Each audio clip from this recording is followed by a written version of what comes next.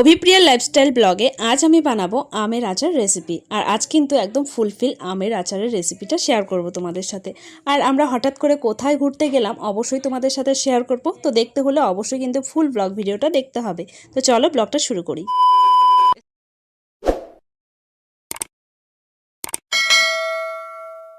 আজ আমি তোমাদের সঙ্গে আমের আচারের রেসিপি শেয়ার করব। এখন বর্তমানে আমের সিজন চলছে আর তাই ভাবলাম তোমাদের সঙ্গেও শেয়ার করি। এর আগের দিনের ব্লগে তো তোমাদের সঙ্গে সেরকম ভাবে শেয়ার করাই হয়নি। তো আজকে কিন্তু ফুলফিল আমের রেসিপিটা শেয়ার করব, মানে আম আচারের রেসিপি। আমের আচারের রেসিপিটা দেখতে হলে অবশ্যই কিন্তু ফুল ব্লগটা দেখতে হবে। আর আমি কিন্তু ব্লগের মাধ্যমেই তোমাদের সঙ্গে শেয়ার করব একটু একটু। সো হ্যালো এভরিওয়ান, সবাই কেমন আছো? আশা করছি ভালো আছো। অভিপ্রিয়া লাইফস্টাইল আরও একটি নতুন ব্লগে সবাইকে জানাই স্বাগত। আম আচারের রেসিপি তো শেয়ার করব, তো তার আগে দেখো রান্না বান্নাটা সেরে নিচ্ছি। আর সকালবেলা আজকে আমাদের রেসিপি হবে হচ্ছে মাছের ঝোল, গুঁড়ো মাছের চচ্চড়ি, ডাল, তার সাথে আলু বরবটি ভাজা আর ছিল চাটনি।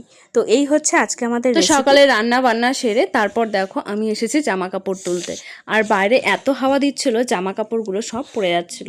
তাই ভাবলাম না জামা কাপড়গুলো আগে তুলে নিয়ে আসি, তারপরে তোমাদের সঙ্গে আমের রেসিপি শেয়ার করো, মানে আম আচারের রেসিপি। আর আজকের ওয়েদারটাও না খুবই সুন্দর, বাইরে যেমন হাওয়াও দিচ্ছে আর রোদটা না একেবারে গায়ে লাগছিল না। তো যাই হোক, কিছু জামা শুকিয়ে গেছে আর কিছু জামা দেখো এখনো পর্যন্ত শুকোয়নি, তো সেগুলোকেই রোদে দিয়ে। আর আজকে একটু সন্ধ্যার সময় স্টেশনে যাওয়ারও আছে, কারণ পিসে শ্বশুর মশাই আজকে আমাদের বাড়ির ওপর দিয়ে মানে যাবে বাড়িতে, কলকাতা থেকে কোচবিহারে যাবে। তার জন্য কিন্তু সন্ধ্যাবেলা একটু দেখাও করতে যাব। তো যাই হোক, এইদিকে মোটামুটি আমার জামা কাপড় তুলে নেওয়া হয়ে গেছে। তো চলো তোমাদের সাথে আমের রেসিপিটা শেয়ার করি। তো এইদিকে দেখো 4 কিলো আম নিয়ে বসে পড়লাম আমের আচার বানানোর জন্য। আর এই আমগুলো কিন্তু সকালবেলা নিয়ে এসেছিল বাজার থেকে, আর আমি একটু ফ্রিজেও রেখেছিলাম। তো দেখো এগুলোকে এখন খোসা ছাড়িয়ে নিচ্ছি আর একটা চাটনি বানাবো, তো যার জন্য এক্সট্রা করে একটা রেখে দিলাম। আর মা কিন্তু আমার সঙ্গে ওখানেই বসে রয়েছে, মানে কিভাবে কি করব তো সেটা আমাকে দেখে দিচ্ছিল। আর আজকের আমের রেসিপিটা কিন্তু মাই করবে, কারণ আমি এর আগে কখনো আমের আচার বানাই, মানে মা যেভাবে বানায় সেভাবে আমি কখনো বানাইনি। তো যার জন্য মাকে এই পুরোপুরি দায়িত্বটা দিলাম। আর এই আচার কিন্তু যাবে আমার কর্তামশাইয়ের কাছে। তো কর্তামশাই যেখানে কাজ করে, তো সেখান থেকে একটা দাদা এসেছে বাড়িতে, তো তার হাতেই কিন্তু পাঠিয়ে দেবো। আর যার জন্য তোড়জোড় করে কিন্তু এই আমের আচারটা বানাচ্ছি। তো যাই হোক, আমের আচার বানানোর জন্য সবার প্রথমে কিন্তু আমের খোসাগুলোকে ছাড়িয়ে নিচ্ছি। আর এই ব্লেডটা আনাতে আমার যা উপকার হয়েছে দেখো, কত তাড়াতাড়ি আমের খোসাগুলোকে আমি ছাড়িয়ে নিলাম। আর এত লোভনীয় লাগছে আমগুলো দেখে। তো আমার তো আমের আচার, আমের মাখা তো সবটাই ভালো লাগে। আমার মতন কার কার এই আমের আচার খেতে ভালো লাগে বা আম মাখা খেতে ভালো লাগে অবশ্যই তোমরা কমেন্ট করে জানাবে।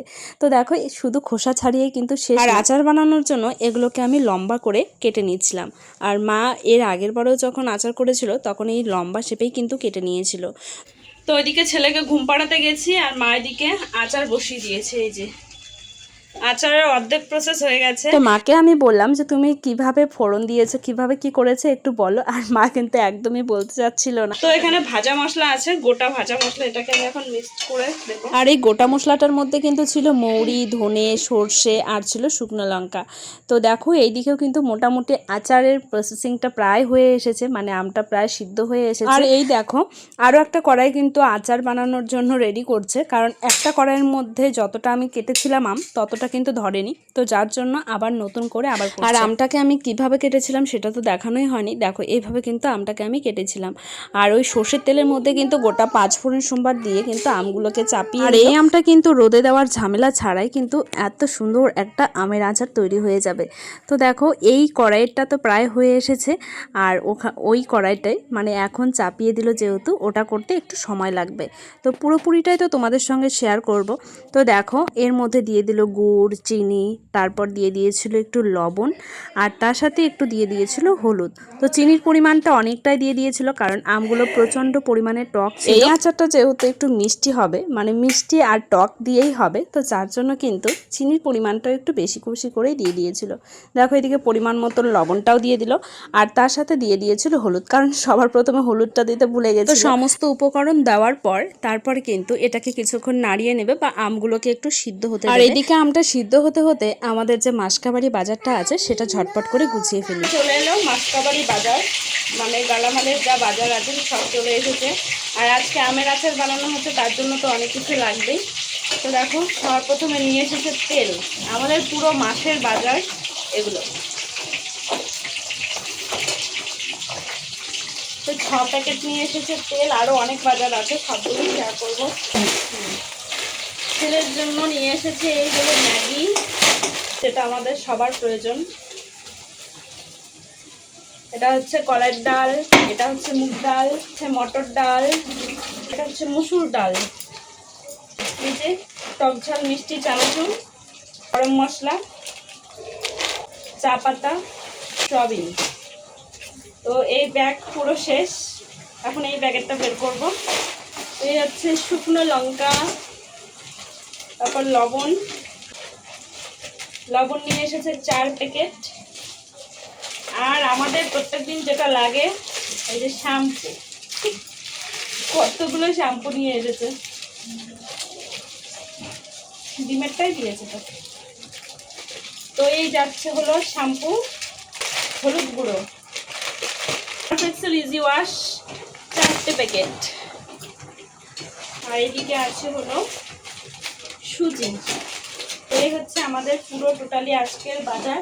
ও তার সাথে আছে চিনি। আর আমের আচার করতে যেটা প্রয়োজন হচ্ছে চিনি আর গুড়। এই যে হচ্ছে গুড়, তো গুড়টা আর চিনিটা কাজে লেগেছে। আর এখন এত বাজার, সব এখন গোছগাছ করে রেখে দেই। এই যে গাইস, এত বাজার, আমাদের পুরো 1 মাসের বাজার এগুলো। আর এইদিকে দেখো বাজার গোছাতে গোছাতে এইদিকে গুঁড়ো মশলাটা দিয়ে দিল, মানে যেটাকে আমি মশলাটা করলাম মিক্সিতে, তো সেই মশলাটা কিন্তু শেষে দিয়ে দিয়েছিল। আর আচার কিন্তু আমাদের পুরোপুরিভাবে রেডি হয়ে গেছে এই কড়াইতে। তো যাই হোক, এইভাবেই আমাদের রেসিপিটা সম্পূর্ণ হলো। কেমন লাগলো আমের রেসিপিটা অবশ্যই তোমরা কমেন্ট করে জানাবে। আর যারা যারা আমের আচার খেতে পছন্দ করো তারা কিন্তু রোদে দেওয়ার ঝামেলা ছাড়াই কিন্তু এইভাবে আচার বানিয়ে খেতে পারো। আর এই আচারটা কিন্তু পুরোপুরি 1 থেকে 1.5 বছর পর্যন্ত তোমরা সংরক্ষণ করে রেখে খেতে পারবে। তো যাই হোক, দেখো ওইদিকে আচার বানানো কমপ্লিট। তো চলে এলাম এই জিরেগুলোকে নিতে, কারণ জিরেগুলো আজকে একটু রোদে দেওয়া হয়েছিল, তো বেশি করে যেহেতু জিরে নিয়ে আসে, আর এখন মাঝে মধ্যে বৃষ্টিও পড়ছে, যার জন্য একটু মাঝে মধ্যে করে রোদ দিতে হয়। আর হ্যাঁ, আচারটাও কিন্তু মাঝে মধ্যে রোদ দিতে হবে।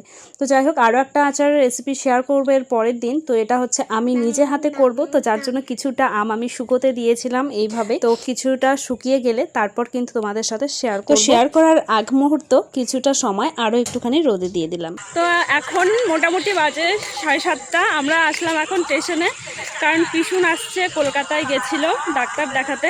তো এখন বাড়ি যাচ্ছে, এদিকে মা আছে, তো পিসুনের জন্য খাবার নিয়ে এসেছি, ঠিক আছে। আর এদিকে পাপাও এসছে আমাদের সঙ্গে, হাই করে দাও। তো ওদের যে কামরাটা আছে সেটা একদম ফার্স্টের দিকে পড়েছে, মানে লাস্টের দিকে পড়েছে, তো যার জন্য আমরা আবার ওই দিকটায় যাচ্ছি। তো চলো ওখানে যাই, গিয়ে তারপর বসে থাকবো আর তোমাদের সঙ্গে শেয়ার করবো। স্টেশনে আজকে খুব একটা লোক নেই না, ওই ট্রেন ছাড়ার সময় চলে আসে। ওই যে ট্রেন আসছে বাবু, তুমি ট্রেন দেখবা, ঠিক আছে। এই জায়গাটা কত সুন্দর হাওয়া, আশেপাশে বাড়ি হলে এখানে যে ট্রেন চলে এসেছে। ওই দেখো ট্রেন। তুমি এটাতে করে কোথায় যাবে? হ্যাঁ, তুমি পরে যাবে, মামার বাড়ি যখন যাবে তখন। আমরা তো আবার মামা বাড়ি যাব, তখন যাবে। ট্রেন ফাঁকা পুরো, লোকাল ট্রেন। তো এখানে এসেছে দেখো পিসে শ্বশুর মশাই আর ভাইটা এসেছে, তো ওদের সঙ্গে একটুখানি আমরা কথা বলে নিলাম। আর এখানে আমার জ্যাঠা শ্বশুর মশাই এসেছে, তো জ্যাঠা শ্বশুর মশাইয়ের সঙ্গেই কথা বললো কিছুক্ষণ সময়। আমাদের খাবার দিতে গিয়ে ঝগড়া বেঁধে গেছে শাশুড়ি বৌমার মধ্যে, ঠিক আছে। শাশুড়ি বেশি হাঁটা পড়ে গেছে, আমরা তো কামরাই খুঁজে পাচ্ছিলাম যে কামরাটা কোন দিকে।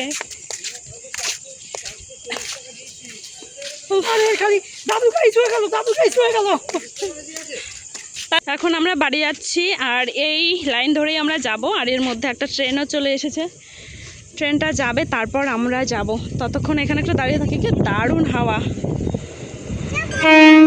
বাবা।